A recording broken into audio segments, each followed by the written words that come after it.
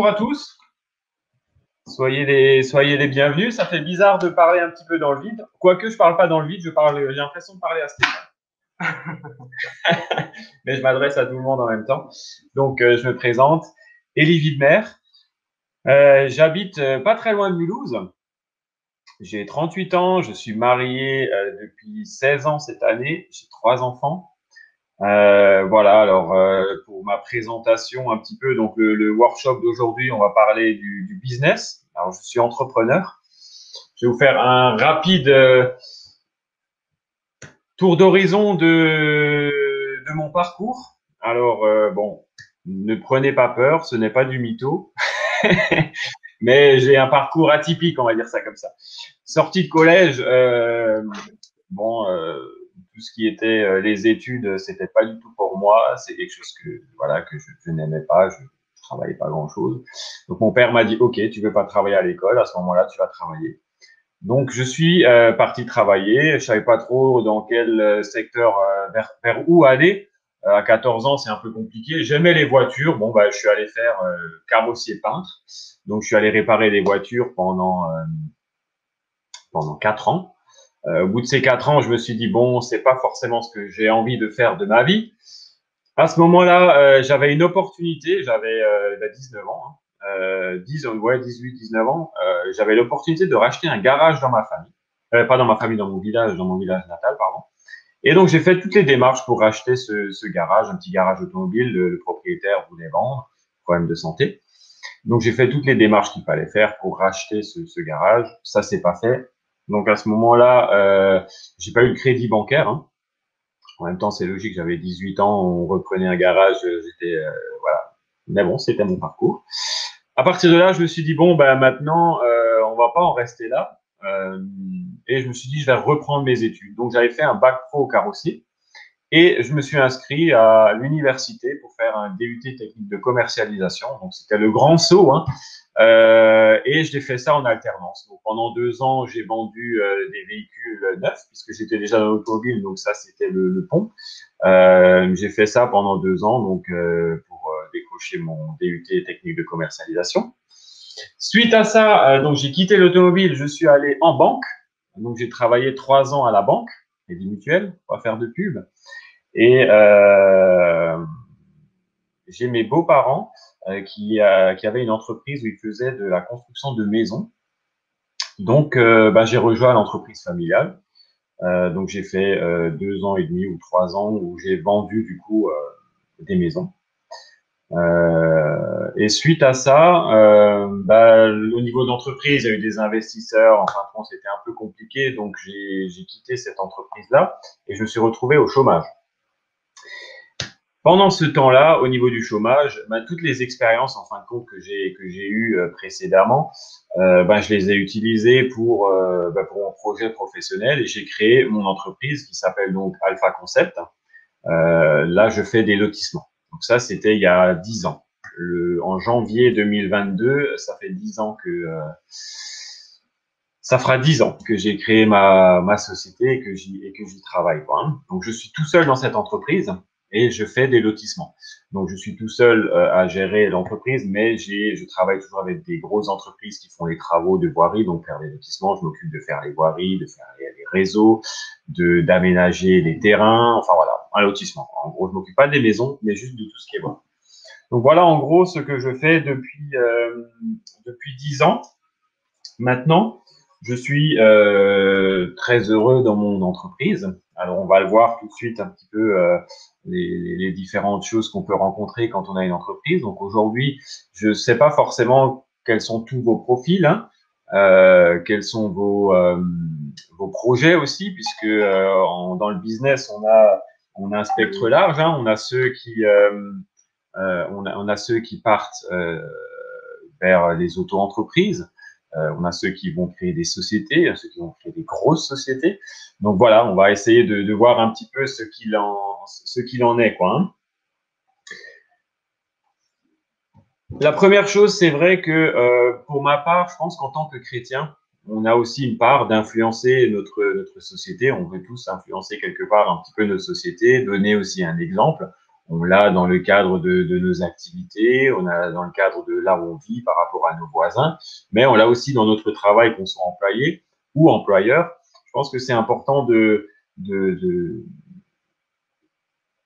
ouais, d'influencer aussi la société et par notre travail, quoi. Hein. Et c'est vrai que des fois, on a l'impression que le business, ben, c'est réservé à d'autres personnes parce que bon, se faire de l'argent, c'est pas toujours bien vu. Enfin, on peut avoir des remarques comme ça.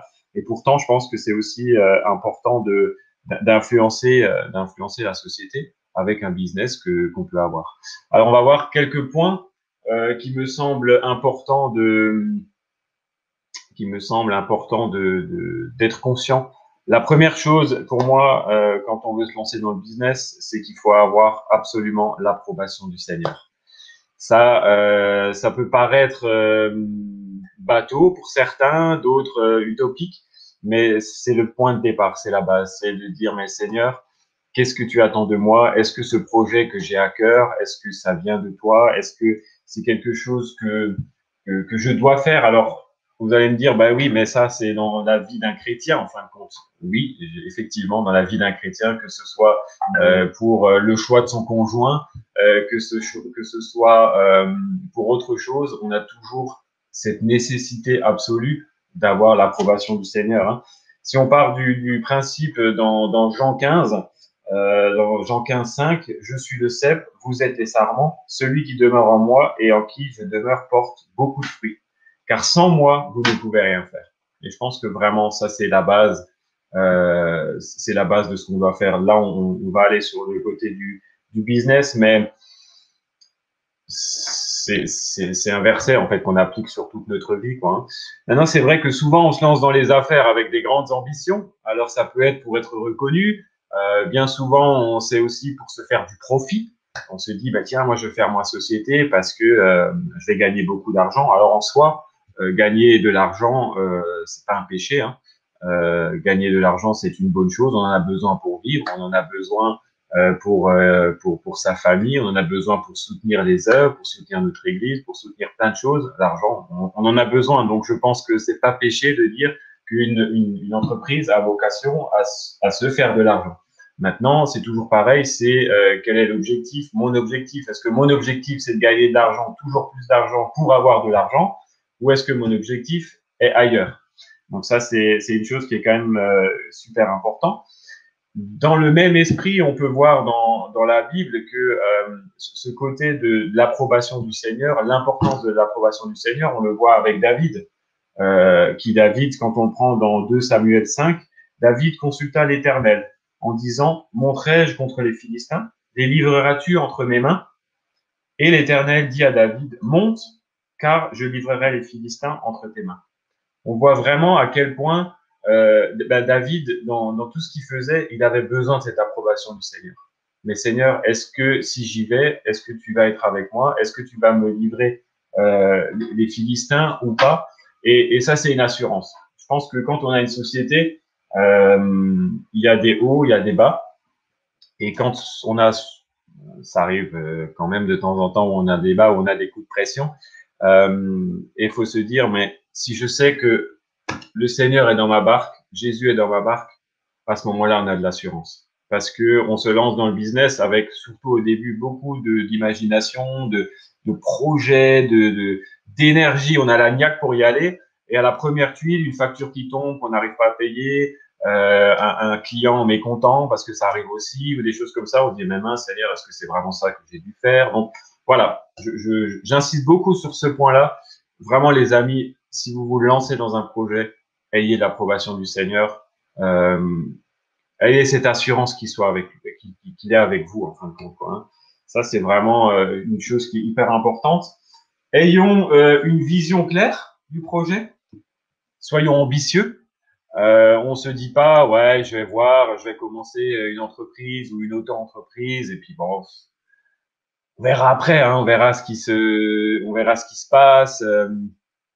Non, c'est pas comme ça que ça fonctionne. La vision, voilà ce que j'aimerais faire. J'aimerais me lancer, je sais pas moi, dans la communication. Je vais lancer mon entreprise pour faire, je sais pas moi, des sites internet, des choses comme ça. La vision doit être claire dans le sens où on peut pas se dire je me lance et on verra après. Quand arrivent les difficultés, je me recentre. Je me recentre sur quelle est la vision, qu'est-ce que j'ai voulu faire de mon entreprise. Est-ce que mon entreprise est quelque chose qui va me servir à remplir mon assiette, à pouvoir vivre simplement. Est-ce que mon entreprise, c'est quelque chose que je veux utiliser peut-être pour briller comment dire ça, dans un certain réseau? Est-ce que mon entreprise, c'est quelque chose que j'aimerais amener à avoir des salariés? Est-ce que mon entreprise, elle a une vision pour aider une église? Je connais certains entrepreneurs qui disent, mais moi, j'ai envie que mon entreprise, avec tel et tel pourcentage, je soutiens une mission. Je fais ci, je fais ça. D'autres, c'est ce que je vous disais, simplement, moi, j'ai besoin de mon entreprise pour vivre, en fin de compte, parce que ça me donne de la liberté. Voilà. Ça, c'est la vision de l'entreprise. Où est-ce que je veux mener l'entreprise? Et après, il faut être ambitieux. Se dire, bah oui, l'entreprise, c'est une chose, je veux y aller, je veux pas avoir honte. Je veux pas avoir honte de dire que mon entreprise, je veux la mener à bien, je veux aller à un endroit, quoi. Dans l'entreprise, on doit briller autant qu'on brille dans la, dans la sphère privée, si je peux dire ça comme ça, ou dans l'église, ou dans le groupe de jeunes. Hein. C'est quand même important d'avoir des convictions dans ce qu'on fait. On va voir tout à l'heure un petit peu les clés pour la gestion d'une entreprise, ou alors les pièges à éviter quand on a une entreprise. On va voir ça tout à l'heure. Avant de se lancer, oui. Juste peut-être pour appuyer ces deux points, tu as parlé de l'approbation de Dieu Oui. et tu parles aussi d'avoir une vision claire et de l'ambition.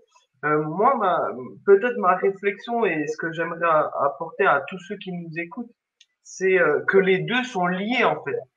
Que avoir une vision, ça vient de l'approbation de Dieu, ça vient de cette relation qu'on a avec Dieu, d'avoir cherché Dieu avant. Et, euh, et que ça, c'est vachement différent peut-être de juste avoir la bonne idée. Tu sais, souvent, on nous dit, il faut que tu aies la bonne idée et tout. Et on va chercher, on va chercher, on va chercher. Et peut-être de se dire que, mais dans notre relation avec Dieu, Dieu, il peut nous donner la bonne idée, il peut nous donner l'approbation et la vision qu'il a prévue pour un projet et qui n'est pas forcément un projet d'église, mais un projet justement entrepreneurial. Quoi. Des fois, on pense que avoir une vision, c'est que pour l'église, ou c'est que là, par exemple, dans ton domaine, j'imagine que dans ta relation avec Dieu, tu as cherché l'approbation de Dieu et Dieu te donne une vision, c'est bien ça? C'est ça. C'est ça, c'est ça, et tu as raison, merci d'être intervenu par rapport à ça. Bah oui, de mon expérience, c'est ça. C'est que effectivement, j'ai pas cherché la bonne idée. Je veux dire, dans notre vie, on a la relation avec Dieu et on se dit, bah Dieu, tu nous guides. Des fois, c'est un peu abstrait. Dieu, tu nous guides. Ça veut dire quoi? Ça veut dire dans l'église, dans nos vies aussi. Je veux dire, quand je vous ai fait rapidement, c'était important que je vous dise un petit peu mon parcours, dans le sens où, voilà, sorti du collège, j'ai fait carrossier. Au jour d'aujourd'hui, j'ai une entreprise où je fais des lotissements. Ça n'a rien à voir. Mais je ne vais pas prendre le temps sur mon parcours, mais je pourrais vous parler des heures sur chaque expérience que Dieu m'a permis de vivre et qui a amené en fait à la suite. Et c'est ce côté-là où quand on regarde derrière, on se dit, mais moi, à l'époque, j'avais pas forcément la vision au jour d'aujourd'hui.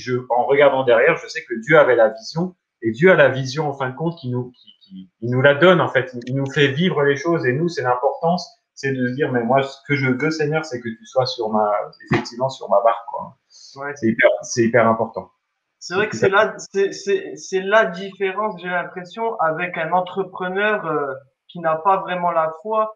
Souvent, dans les youtubeurs, les gros influenceurs aujourd'hui ou les coachs en investissement, ils vont nous parler de la bonne idée, mais malheureusement jamais de cette relation avec Dieu qui va nous permettre d'avoir à cœur un projet et la bonne idée qui vient de Dieu, quoi. Donc Ouais. j'ai l'impression que c'est vraiment la différence qui nous permet d'amener Dieu dans le monde du business, quoi.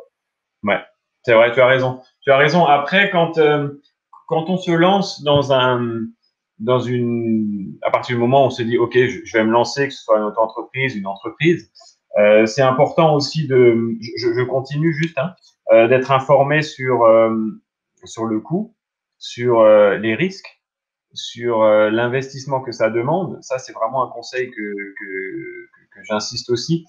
On peut pas construire une tour si à un moment on s'est pas assis et puis on regarde qu'est-ce que ça va nous coûter financièrement, coûter en termes de temps, coûter aussi en termes de responsabilité parce que quand on a des clients et qui signent un devis, voilà, il faut qu'on sache où est-ce qu'on va, comment on va. Ça vraiment, j'insiste sur ce point-là. J'ai quand même vu des gens qui avaient justement une vision ou la bonne idée, comme tu disais tout à l'heure, Stéphane. Et puis après, ok, on met toute son énergie ici et puis on y va et puis on se dit, ça peut que marcher. Ça peut que marcher, mais ça t'empêche pas de t'asseoir et de dire, est-ce que financièrement ça va tenir la route? Est-ce que si j'ai une famille, est-ce que je vais encore avoir le temps pour ma famille? Est-ce que j'aurai encore le temps pour mon église? Est-ce que j'ai encore les moyens financiers aussi pour subvenir à ces besoins? C'est important. Dans l'entreprise, j'ai l'habitude de dire en tant que chrétien, alors ça n'engage que moi ce que je vais dire, mais en tant que chrétien, quand je suis entrepreneur, j'ai deux façons d'aborder mon entreprise. Soit, encore une fois, hein, ça n'engage que moi, mais soit je gère mon entreprise avec la sagesse que Dieu m'a donnée. J'ai la vision, je sais que Dieu est avec moi. J'ai la vision, je sais où je veux aller. Et Dieu nous donne à tous une sagesse en disant, OK, ben je m'assois, je réfléchis à la stratégie, je fais ci, je fais ça. Et donc ça, c'est une possibilité qui est importante. Ou alors, de l'autre côté, je dis, mais Seigneur, c'est toi qui gères l'entreprise, c'est toi qui gères.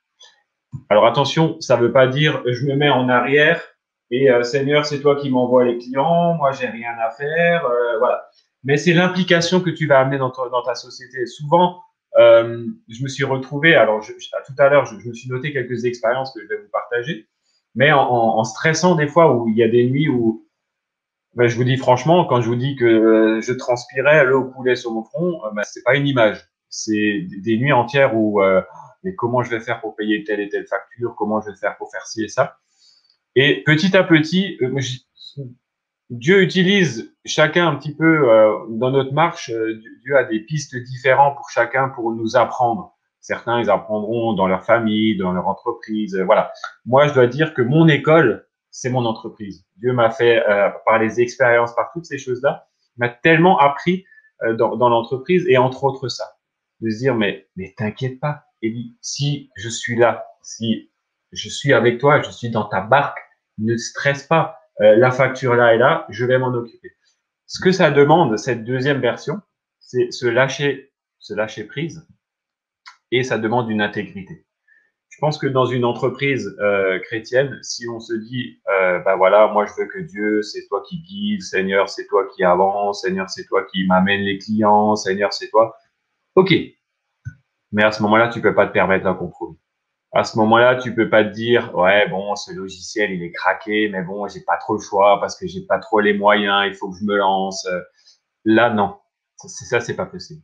Tu peux pas te dire, bon, je dis pas toute la vérité à mon client parce que si je lui dis, je vais passer, je sais pas moi, pour un rigolo ou ci ou ça. Si tu demandes à Dieu de gérer ton entreprise, si tu veux avoir ce repos dans le sens où tu te dis, mais je me couche le soir, j'ai un problème, Seigneur, ce problème, je te le remets, c'est ton problème. Tu peux que être serein si tu sais que de l'autre côté, tu as fait tout ce que tu devais. Et ça, c'est quelque chose où c'est hyper important, cette intégrité dans les affaires. Ça commence par là, hein, ça commence par les petites choses qu'on voit pas. Hein. Souvent, je dis volontairement le logiciel craqué parce que certainement ceux qui m'écoutent, peut-être vous avez entendu ou vous êtes confrontés à ça, mais je l'ai déjà entendu tellement de fois. Mais tu sais, j'ai pas le choix. Je peux pas me payer une licence à 1000 euros. Je commence, je suis auto-entrepreneur, j'ai rien. Les gars, je suis désolé, mais à partir du moment où tu veux avoir la bénédiction du Seigneur, il faut que tes affaires soient nettes. Rendez à César ce qu'appartient à César. Jésus lui-même l'a dit.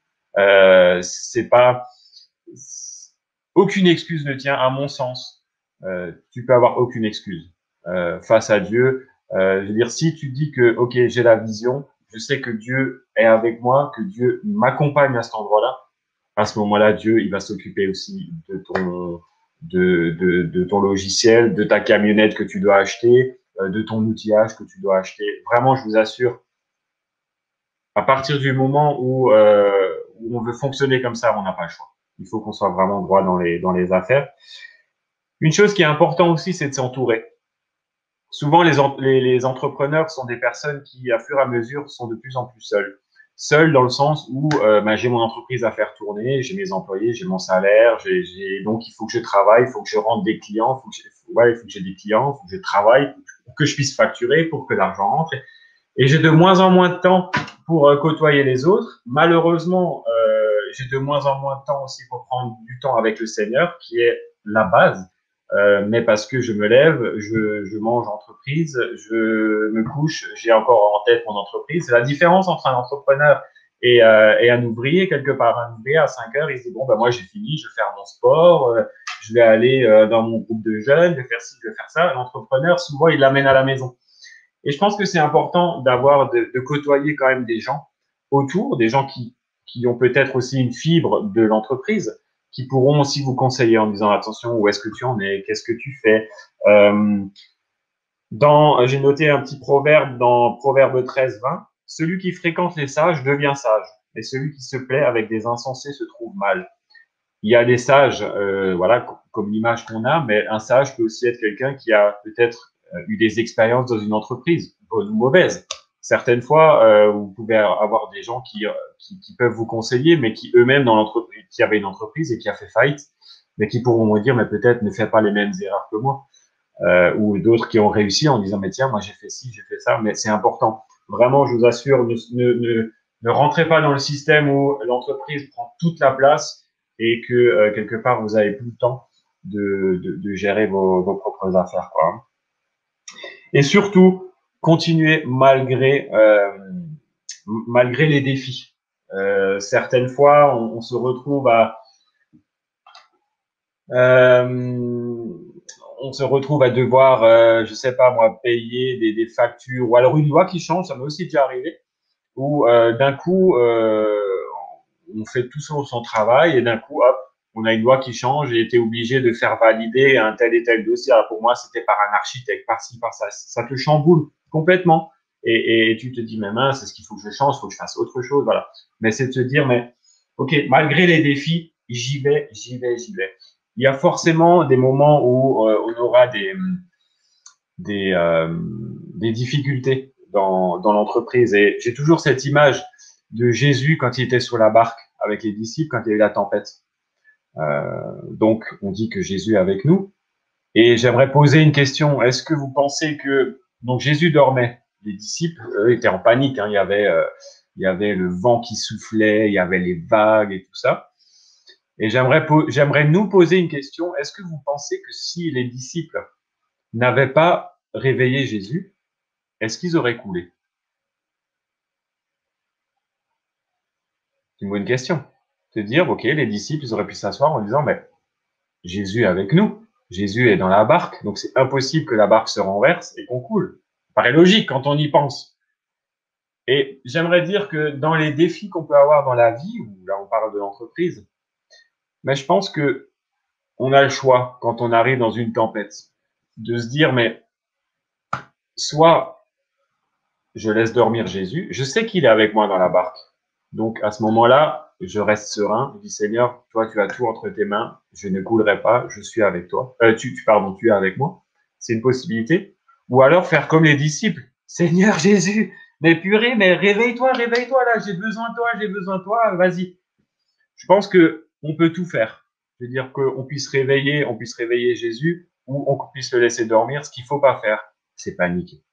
Vraiment. Quand Jésus est dans la barque, pardon, ne paniquons pas. Ayons cette confiance en lui et c'est important. Et si de l'autre côté, on a toutes les choses que nous, on a mis en action, qu'on sait que dans ce que je fais, je suis dans le vrai, on a cette assurance. Et vraiment, j'ai envie de vous encourager et vous laisser cette image. Si, quel que soit l'état de la mer, ne paniquez pas. Assurez-vous juste que Jésus est bien dans votre barque. Après, c'est vrai que je disais tout à l'heure que l'expérience que pour moi, l'entreprise, c'était un petit peu c'est mon école. C'est là où Dieu me forme, c'est là où Dieu me fait avancer. Et je pense que ce qu'il faut être conscient, c'est que dans nos affaires aussi, Dieu est là.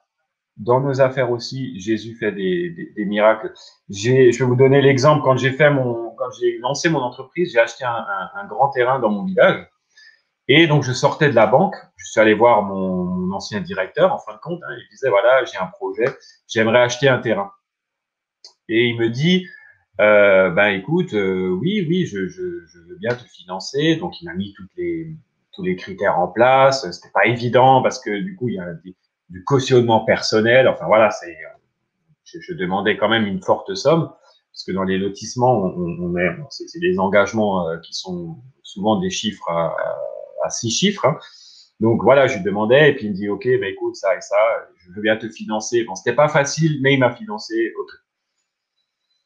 Et je dois dire que quand je parlais à mes amis autour de moi, à l'église, voilà, je disais mais heureusement que j'avais mon banquier, hein. Heureusement qu'il était là. Je veux dire, c'était mon ancien directeur, il me connaissait, il avait confiance en moi. Vraiment, je disais ça vraiment très facilement. Heureusement que j'avais un banquier comme ça, et je me disais même, mais voilà, c'est grâce à Dieu, j'ai passé dans la banque, j'ai rencontré ce monsieur et lui m'a financé. Bon, je continue, les années passent et j'achète un deuxième terrain. En plus, juste à côté. La somme était un peu moindre, le dossier était un peu plus facile et là, j'arrivais tranquille, hein, puisque c'est mon banquier qui me donne de l'argent, mon banquier me connaît, c'est toujours encore le même, il a toujours encore confiance en moi. Hein. Et là, catastrophe, financement, ça passe pas. Il dit, écoutez, je suis désolé, c'est pas moi qui gère tout seul, voilà, il y a ça passe pas en fin de compte le financement. Là, je me retrouve, je dis, c'est pas possible, Seigneur, voilà, qu'est-ce que je vais faire? Et là, je peux vous dire, j'ai pas entendu une voix audible, mais c'est venu de l'intérieur. Seigneur qui disait, rappelle-moi, c'est qui t'a financé le premier projet? Et là, je peux vous dire que c'était une sacrée leçon. De se dire, mais ouais, en fin de compte, toi, tu donnes la gloire à ton banquier, qui, en fin de compte, il t'a juste donné l'argent parce que moi, je suis au contrôle de toute chose. Et à ce moment-là, quand je me suis rendu compte de ça, je dis, mais Seigneur, mais pardon, quoi. Pardon, parce qu'effectivement, mon banquier, tu l'as utilisé, mais c'est pas lui qui a les clés en main. Et ça m'a donné l'assurance. Et puis, c'est aussi le côté où je me dis, mais quand on dit qu'on a un Dieu jaloux, mais c'est aussi ça que quand Dieu est jaloux. C'est ne donne pas la gloire à ton banquier, ne donne pas la gloire à ta propre argent ou ta compétence. Quand Dieu est au contrôle, oui, il va peut-être utiliser ton banquier, c'est sûr. Après, j'ai eu mon crédit et puis les choses se sont bien passées, mais c'était une belle leçon. C'était vraiment une belle leçon, dans le sens où, voilà, on donne souvent la gloire, même au niveau des chrétiens. J'avais un peu plus tard, donc mon deuxième projet s'est financé, j'ai fait des parcelles et j'avais une dernière parcelle à vendre. J'avais un petit peu plus de mal à vendre cette parcelle-là et j'avais vraiment besoin d'une forte somme pour payer une facture. Donc, je me dis, mais mince, ce terrain se vend pas, et puis bon, c'était un peu compliqué. Et à ce moment-là, j'avais une personne qui compte énormément pour moi, vraiment un référent spirituel qui, encore au jour d'aujourd'hui, si j'ai quelque chose, je passe un petit coup de fil et puis je lui raconte, voilà ce que j'ai. Et puis, c'est quelqu'un qui me suit dans la foi. Et à cette époque-là, je pense que si cette personne m'avait dit, Élie, je pense que tu dois aller en mission en Chine, je pense que le jour d'après, je serais allé sans poser aucune question. Voilà un petit peu on a tous quelque part des gens qui on partage notre foi et tout ça, et on s'accroche des fois plus à cette personne qu'à Dieu. Et cette personne-là était chez moi à la maison et je dis, ah, mais ce soir, j'ai un rendez-vous pour vendre le terrain. Et à ce moment-là, je fais mon rendez-vous et puis cette personne me dit, mais tiens, on va prier ensemble et puis tu verras, ça va aller. On prie ensemble et puis il me dit comme ça pour m'encourager, tu vas voir, tu vas vendre ce terrain. Le rendez-vous se fait. Moi, j'ai de l'assurance. Cette personne me l'a dit, donc ça peut pas se passer autrement. Il m'a dit que je vais vendre ce terrain. Ok, ça se passe effectivement bien. Et ces gens me disent, écoutez, on va vous, on va vous répondre plus tard. 3 jours après, ils me disent, écoutez, on n'achète pas ce terrain. Et moi, j'avais la pression derrière parce que j'avais des factures à payer. Et là, encore une fois, je me suis dit, mais Seigneur, attends, cette personne me l'a dit qu'elle allait le vendre, on a prié pour. Et là, encore une fois, vraiment la même pensée, qui dit, mais même lui, c'est quelqu'un, je ne compte pas sur les hommes. Ok, il est à côté de toi, ok, c'est un mentor, ok, c'est quelqu'un qui est important pour toi, mais il sera jamais plus important que le Seigneur. Et vraiment, les amis, j'ai envie de vous encourager, je boue pour ça, de vous dire, mais ne passez pas à côté. Vous pouvez avoir des personnes qui vous entourent, qui vous donnent des conseils dans l'entreprise. Vous pouvez avoir, et je trouve que c'est hyper important d'avoir quelqu'un qui vous suit dans la foi, à qui vous pouvez partager. Vraiment, c'est hyper important. Il ne faut pas mal l'interpréter. C'est d'avoir un compagnon de foi. C'est comme les disciples. Allez-y par deux. C'est des personnes à qui vous pouvez vous confier. Mais ne laissez jamais, jamais, jamais personne prendre la place de Dieu. Et je pense que c'est hyper important euh, par rapport à ça. La même chose, on disait tout à l'heure l'intégrité, quoi. Être droit dans les affaires. J'ai encore je donne des petites expériences parce que ça peut des fois permettre de se projeter aussi. Et j'avais une facture à payer. Pareil, oui, bah oui, j'ai souvent des factures. Vous verrez si vous avez une entreprise. C'est les factures les pires, hein, c'est les factures ou les impôts. Hein. Faut pas se leurrer. Hein. Les coups de fil des clients, qui j'ai besoin de ci, j'ai besoin de ça c'est le côté agréable. Hein. Mais les factures ou alors les impôts, des choses comme ça, des fois c'est ce qui. Bon, en tout cas, voilà, j'avais une facture. En fait, j'ai un modèle économique qui est un peu particulier. Je vais pas rentrer dans les détails. Mais voilà, on arrive sur cette facture. L'entrepreneur qui m'appelle, il me dit, écoute, qu'est-ce qu'il en est? J'ai moi-même un contrôle puisque je travaille avec des entreprises qui ont un réseau national. Donc, il y a l'entreprise avec qui je travaille, mais eux, ils sont contrôlés par l'entreprise au niveau national. Et il me dit, ah, les mecs, ils débarquent de Paris, qu'est-ce qu'il en est avec ce paiement? Alors, je dis, écoute, Swan, je suis désolé, je n'ai pas la trésorerie, je peux pas. J'attends une vente à tout moment, ça va se signer, enfin ça va arriver de chez le notaire. C'était dans un cadre d'un vente de terrain, quoi. Et puis ça venait pas.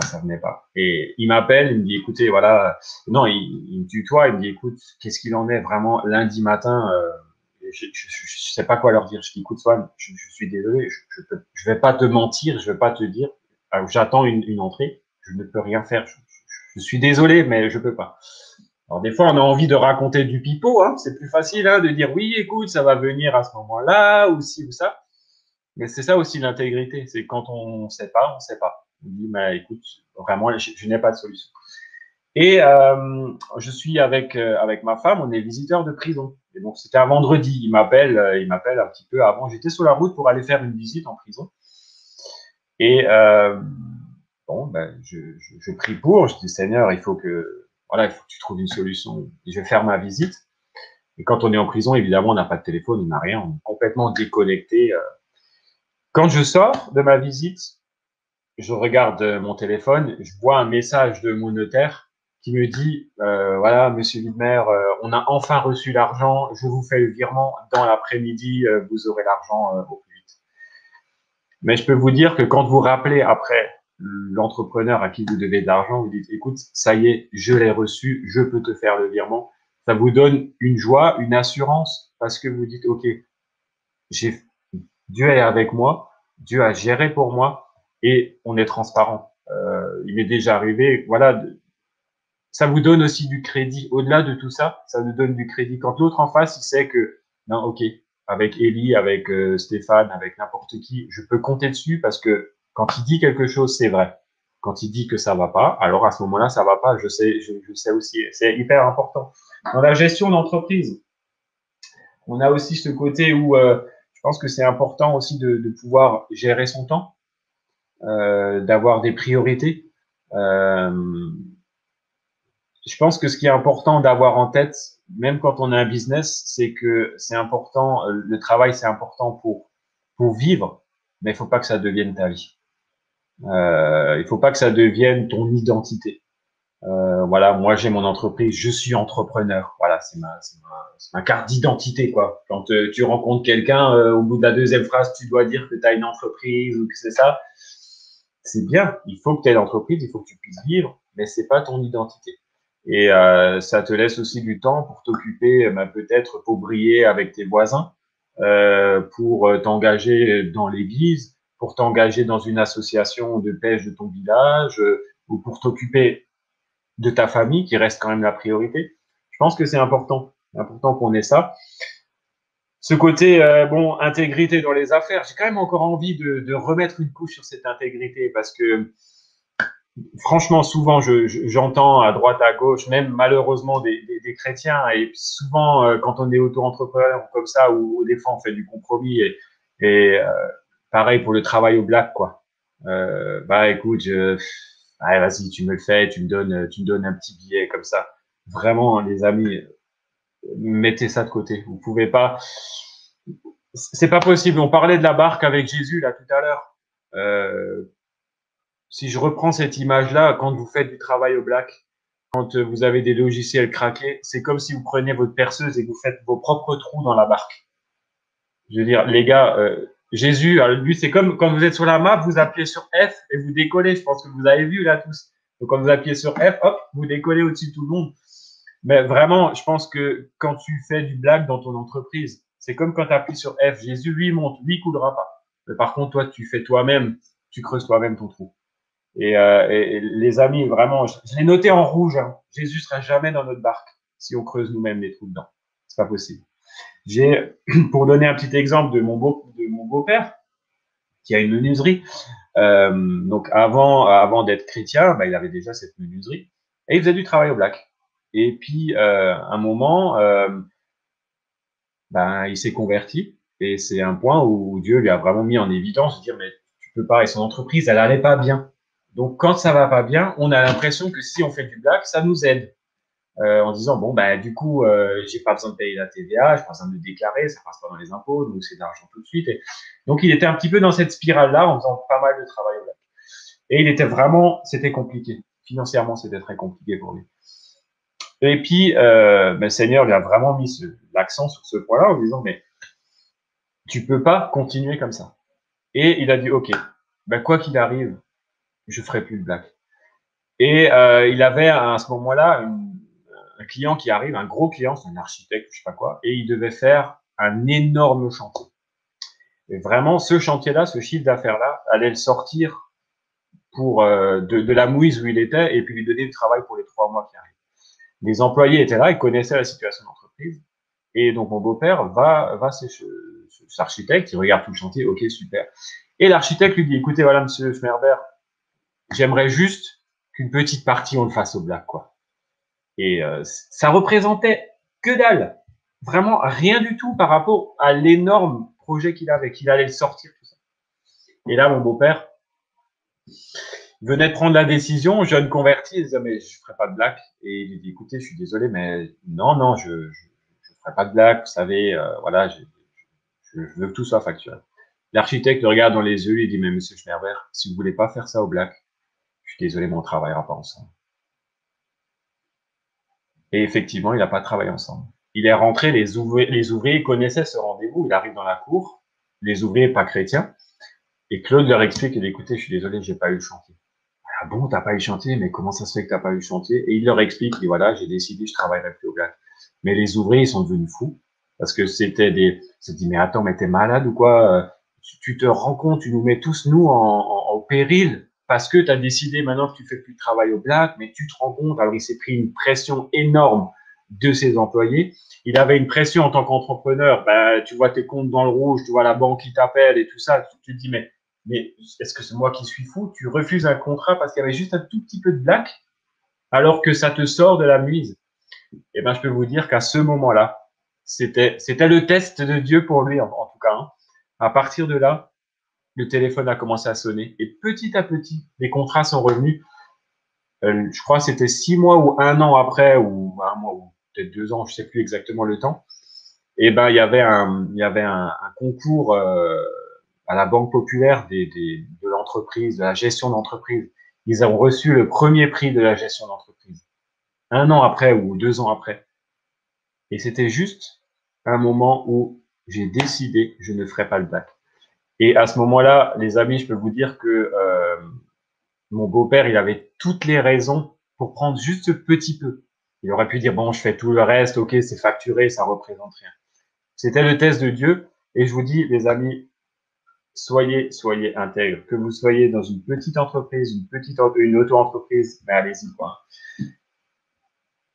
Voilà, en gros, ce que j'avais envie de partager. Après, j'aimerais reprendre un petit peu quelques clés. Ce qui est important, c'est de concevoir le projet, rechercher la sagesse vraiment dans les affaires, chercher l'approbation de Dieu, analyser le sol. J'écris ça comme ça. Donc, logique, je suis lotisseur, donc c'est une des premières choses qu'on fait, c'est qu'on va étudier le sol. Est-ce qu'il y a de l'eau, est-ce qu'il y a de l'argile, est-ce qu'il y a ci, est-ce qu'il y a ça. Mais c'est hyper important. Il faut qu'on construise. Construisez votre projet sur le roc, vraiment sur des bases solides, que ce soit spirituellement, que ce soit par rapport à la vision, que ce soit financièrement. Asseyez-vous, vérifiez aussi vos motivations. Pourquoi est-ce que je veux faire cette entreprise? Est-ce que c'est pour m'en mettre plein les poches? Est-ce que c'est pour faire vivre ma famille? Est-ce que voilà, les motivations doivent être vraiment bonnes et saines, hein, quelles qu'elles soient. Hein. Il faut s'entourer forcément des bonnes personnes, prioriser sa vie. Je pense que c'est quand même super important. Le compromis, ça, bon, je pense qu'on en a parlé largement. J'avais vraiment à cœur de mettre l'accent là-dessus. Hein. Ce qui est important aussi, c'est que un petit conseil quand on est auto-entrepreneur ou même une entreprise quand on commence, souvent on a l'impression qu'on a un vivier de clients potentiels dans l'église. Alors c'est à double tranchant. Les amis, il y a le verset, il est en grand là sous mes yeux, c'est tu ne prendras point le nom de l'Éternel ton Dieu en vain, car l'Éternel ne sera point impuni ceux qui prendront son nom en vain. Et j'aimerais le traduire aussi par rapport à nos clients potentiels. Quand tu vas à l'église, tu n'as pas des clients potentiels en face de toi. Quand tu vas à l'église, tu as des frères et sœurs. Ne mélange pas les affaires. Dans le sens où tu te dis, mais tiens, j'ai vu que tel et tel, il aurait peut-être besoin de mes services ou ci ou ça. Vraiment, les amis, pour moi, c'est prendre le nom de Dieu en vain aussi. On peut le traduire aussi par là. C'est dire, mais attention, les amis, soyez vrais dans vos affaires, soyez vrais dans vos relations avec les gens de l'église. Quand je m'investis dans l'église, quel que soit le domaine, je sais pas, moi, je fais des sites internet, je vais pas m'investir dans le groupe de jeunes parce que je sais qu'ils ont un projet de site internet. Les amis, soyez intègres. À contrario, dans l'autre sens, c'est pas parce que vous avez des clients chrétiens en face de vous que vous devez leur faire les choses gratuitement. Il y a un équilibre aussi. Hein. Autant c'est pas un vivier où vous allez chercher vos clients, autant je vous souhaite que les amis de l'Église vous sollicitent pour faire des travaux. Mais ayez aussi, ne soyez pas culpabilisés si à un moment, dire mais ma facture c'est 2500 €, que tu sois chrétien ou que tu sois pas chrétien, j'ai besoin de vivre. C'est vous qui allez devoir payer vos taxes, c'est vous qui allez devoir payer vos employés si vous en avez, c'est vous qui allez devoir vous payer vos salaires. Donc, c'est les deux. Souvent, dans le monde chrétien, on dirait, bon, tu peux me le faire, on est frères. Autant, c'est pas un vivier, autant, les amis, c'est votre entreprise, c'est vous qui avez la responsabilité de l'entreprise. Vous aurez beau faire les meubles de la moitié de l'église, ils vont vous dire, vous êtes gentil, vous êtes super, vous êtes compétent et vous êtes tout ça, et c'est vous qui galérez quand même. Donc, c'est important d'utiliser, de le gérer comme ça. Hein. Par rapport à l'argent, les finances, je vous souhaite, pour ceux qui se lancent ou ceux qui se sont lancés ou ceux qui vont se lancer, vraiment de gagner beaucoup d'argent, le plus possible. Vraiment, c'est pas un péché, je vous le disais au départ, hein, que vraiment, je souhaite que vos entreprises réussissent. Ce qui est important, c'est que c'est pas l'argent qui devienne la priorité. Donc, pareil, hein, c'est toujours pareil. Car l'amour de l'argent est une racine de tous les maux, et quelques-uns, en étant possédés, se sont égarés loin de la foi et se sont jetés eux-mêmes dans les tourments. Gagnez de l'argent, mais n'en faites pas votre priorité. Si l'argent devient, si vous adorez plus l'argent que Dieu, là c'est des gros trous que vous mettez dans votre barque. Après, ne soyez pas découragés quand il arrive des moments où c'est un peu plus compliqué. Tu tireras profit de ton travail, de tes mains. Tout ira bien pour toi et tu seras heureux. Psaume 128, je vais le relire ça. Tu tireras profit du travail de tes mains, tout ira bien pour toi et tu seras heureux. Ça, c'est un verset que vous pouvez vous noter, que vous pouvez mettre en leitmotiv si on respecte vraiment toutes les phases qu'on a vues tout à l'heure, quoi, hein. Et surtout, recommande tes œuvres à l'Éternel et tes projets réussiront. Là, on revient sur la base. Il faut qu'il soit avec toi, quoi. Dieu ne te délaissera jamais si tu en fais ta priorité. C'est vrai dans le business, hein, il y a beaucoup de choses de ce que je viens de dire maintenant, on peut s'appliquer à d'autres familles, hein. Mais voilà, je pense que c'est en tout cas ce que j'avais envie de partager. Alors, je sais pas, Stéphane, si tu as envie de rajouter quelque chose, si tu as des questions des uns et des autres.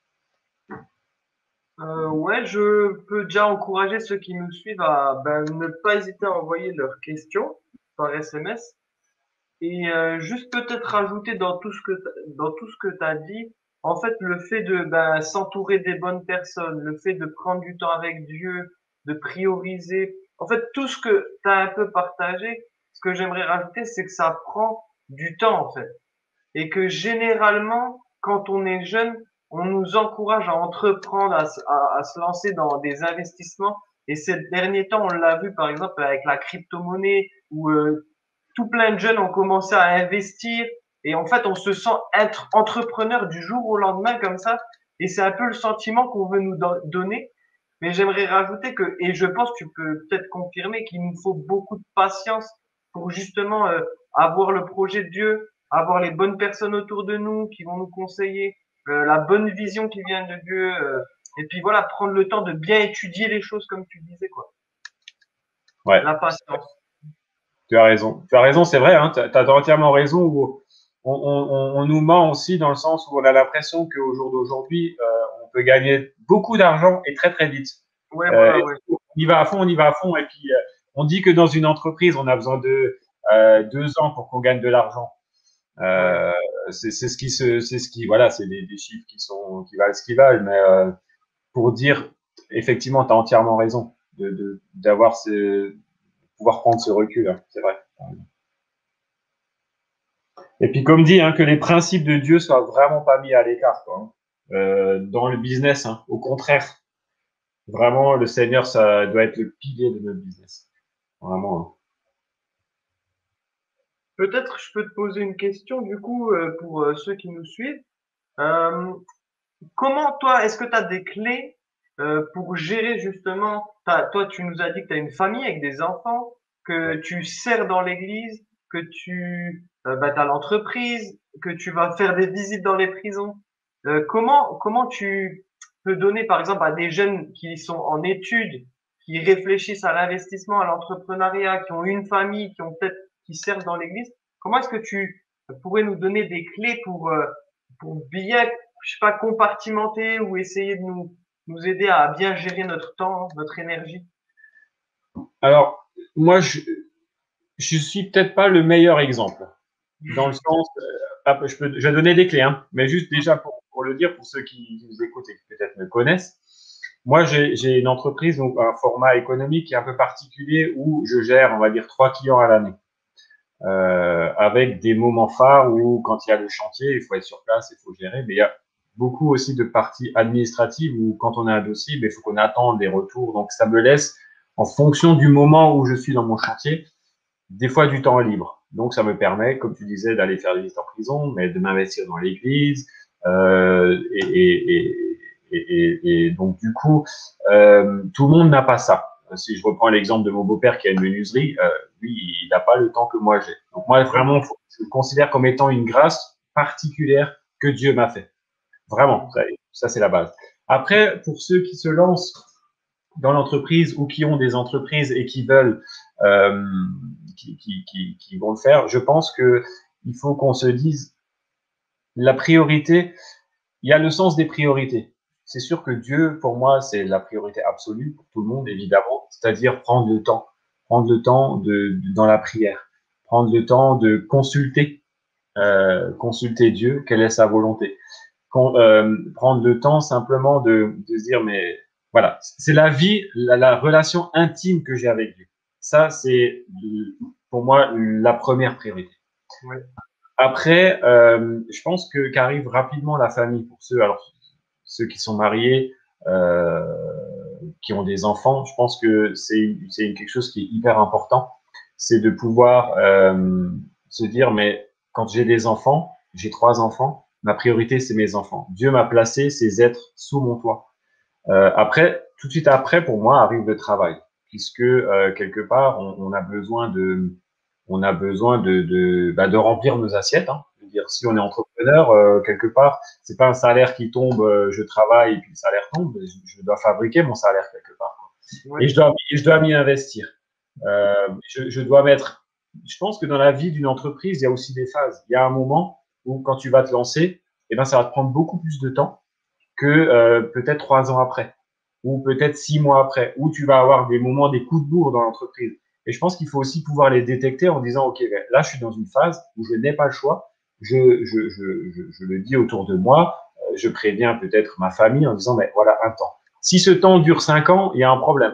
Ouais. Mais on peut se dire aussi, à un moment, je mets le focus parce que mon entreprise en a besoin, c'est important. Après arrivent les activités ça peut être dans l'église, ça peut être hors de l'église. Et je pense que là où il faut des fois pas faire un amalgame, c'est entre euh, Dieu est ma priorité et l'église est ma priorité. Ouais. Ça, je pense que c'est hyper important. Dieu est la priorité absolue. Mais ça ne veut pas forcément dire que mon engagement à l'église, quel que soit l'engagement, que ce soit dans la louange, chez les enfants, au parking, au ménage, n'importe quoi, c'est pas forcément une priorité absolue. C'est ça que je veux dire, quoi. Hein. Je veux dire, on a des engagements à l'église, c'est très très bien, et puis je vous encourage à vous engager dans vos églises, hein, c'est vraiment. Mais attention, l'église, c'est pas Dieu. Yes. Et ça, je pense que c'est important d'être vraiment très clair et de savoir aussi que dans la vie, il y a des phases. Dans un moment, pareil, quand j'ai eu mon premier enfant, bah forcément, la priorité de mon épouse a changé. Puisqu'on a un tout petit qui arrive dans la maison, bah, il faut s'en occuper, c'est maintenant. Si on attend qu'il a 14 ans, c'est pas là où je vais m'arrêter pour. Il a besoin, les priorités changent. Mhm. Donc, il y a aussi des phases de vie. Et je pense que ce qui est important, c'est de prendre ce recul et de pouvoir savoir où est-ce que j'en suis dans ma vie, quelles sont les phases où je dois mettre de l'emphase. Ça Ouais. fait aussi partie, comme je disais tout à l'heure, de s'entourer. Hein. Ouais. Ok. Ouais, merci. On a encore deux questions là qui Oui. viennent d'arriver. La première, c'est est-ce qu'il faut donner la dîme de l'entreprise et si oui, de quelle partie il faut donner la dîme? On a Ok. encore deux autres questions après ça. Ok. Alors, faut-il donner la dîme? Alors, normalement, il faut pas. Ai-je le droit de donner la dîme? Ben, ça, je pense que c'est une question qui est personnelle, dans le sens où il faut rien, c'est sûr. Je veux dire, maintenant, mon avis, c'est que mon entreprise fait partie de ma vie, dans le sens où on disait tout à l'heure, c'est pas ma vie, mais elle fait partie de ma vie. Je remets tout. Le Seigneur dirige mon entreprise comme il dirige ma vie personnelle, comme il dirige ma vie familiale.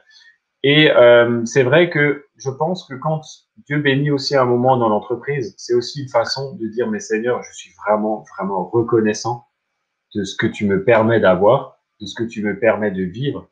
Après, que ce soit une dîme où on prend à 10% de telle et telle chose, ou seulement 5%, ou, je veux dire, ayez aussi cette liberté dans votre vie personnelle de dire, mais Seigneur, voilà, j'ai maintenant eu un super contrat. De ce contrat-là, j'aimerais vraiment aider telle et telle œuvre, telle et telle église, ou telle et telle chose. Je pense que c'est hyper personnel. Je pense qu'il n'y a pas de règle à appliquer, mais je pense que c'est quelque chose qui doit être pris en considération. Je pense que si on a une entreprise, c'est aussi une façon d'honorer Dieu que de se dire, mais voilà, avec ce que tu me permets de gagner, je peux aussi aider quelqu'un d'autre. Yes. Ok, merci. Du coup, une autre question là qui est arrivée. Comment tu gères tes phases de fatigue physique ou morale? Dans le cadre de l'entreprise, Ouais. En général, je pense, comment tu gères ça? Je pense que le meilleur curseur pour savoir s'il y a une baisse de fatigue ou une baisse de morale, c'est les gens qui nous entourent. Parce que on est souvent à fond et on s'en rend pas compte. Et quand on s'en rend compte, nous, à titre privé, bien souvent, on est un peu trop tiré sur la corde. Et ça fait partie, je pense, des alertes qu'on doit pouvoir avoir avec, on parlait tout à l'heure, hein, on l'appelle comme on veut, un coach ou quelqu'un qui vous suit spirituellement, ou votre épouse, pour ceux qui ont ou épouse ou conjoint. Hein. Je pense que c'est important d'être suivi et de pouvoir à un moment aussi freiner et de se dire, mais maintenant, tant pis. J'ai besoin que ce travail n'est pas fini. Il faut que je puisse lâcher, quoi. Et Ouais, par contre, je sais que c'est pas évident. Je ouais, sais que ça, c'est pas évident quand on a des délais, quand on a des deadlines, quand on a des choses comme ça. C'est de pouvoir se créer à temps des fenêtres en disant, mais maintenant, je décroche. Il faut que je puisse décrocher. Mais vraiment, c'est difficile. Quand je disais qu'un entrepreneur est souvent quelqu'un qui est seul, c'est vrai. Et là, j'insiste sur le point que je disais tout à l'heure, entourez-vous. Que ce soit votre conjoint ou que ce soit une autre personne de l'église qui puisse vraiment vous coacher. ouais. Et puis une dernière question, peut-être en une minute. Pourquoi avoir été dans la création de logements? Dans mon cursus, Ouais, dans ton cursus à toi, ouais. c'était l'entreprise familiale. Donc j'ai quitté la banque parce que ils avaient besoin de moi. Ils cherchaient un commercial dans l'entreprise de mes beaux-parents, du coup, hein, pour la vente des maisons. Donc j'ai quitté la banque pour aller aider l'entreprise familiale, tout Ok. simplement. C'est Et puis après, ouais, voilà, ouais, c'était simplement ça. C'était un changement. Ça me plaisait beaucoup la banque. Hein. Je dois dire qu'à l'époque, je m'y sentais bien. Vraiment, j'étais bien. Mais c'était vraiment un choix familial. Et après coup, j'ai compris aussi que ben, c'était le chemin que Dieu avait prévu pour moi. Hein. Sinon, j'aurais jamais pu me lancer dans les lotissements si j'avais pas cette expérience de la construction et de la maison. Ouais, ouais, je vois bien. On a eu une dernière. Alors c'est pas une question, mais c'est plutôt un thème. Qu'est-ce que tu penses du social dans l'entreprise? Tu sais, faire du social avec les salariés. Je pense que c'est ça la question. Qu'est-ce que je pense du social ou faire du social? Ouais, faire du social. Alors ça, je, forcément, j'ai des gens autour de moi on en a déjà parlé de cette histoire-là. Actuellement, c'est difficile. C'est difficile. On aimerait tous pouvoir faire du social. On a des associations dans le cadre de nos églises ou des gens qui gravitent, qui gèrent avec des jeunes ou des moins jeunes, hein, qui sont des accidentés de la vie. Moi-même, j'en rencontre dans le cadre des visites de prison, des gens qui sortent et des fois, on a envie de dire, mais si seulement on pouvait leur filer un boulot pour qu'ils puissent s'épanouir. C'est vrai qu'aujourd'hui, c'est très difficile dans le sens où ben, on a des traites, on a des salaires à sortir, on a des deadlines, on est quand même, les entreprises sont quand même très, très, très pressées. C'est assez difficile. Maintenant, c'est difficile à mettre en œuvre, mais pour ceux qui le peuvent, franchement, il faut le faire. À mon sens, à mon sens. Après, il y a tous les côtés, il y a tout le côté, on est en France, hein, il y a toute la législation, il y a toutes les lois, il y a toutes ces choses-là qui sont des fois difficiles à mettre en œuvre. Et je dois dire, c'est difficile. Maintenant, si ceux qui peuvent le faire et qui peuvent se permettre de le faire, franchement, je le vois en côtoyant des gens qui, des fois, c'est ça, hein, c'est de se dire, mais si seulement je pouvais lui filer un boulot. Autrefois, ça marchait un peu mieux, hein, Mhm. malheureusement.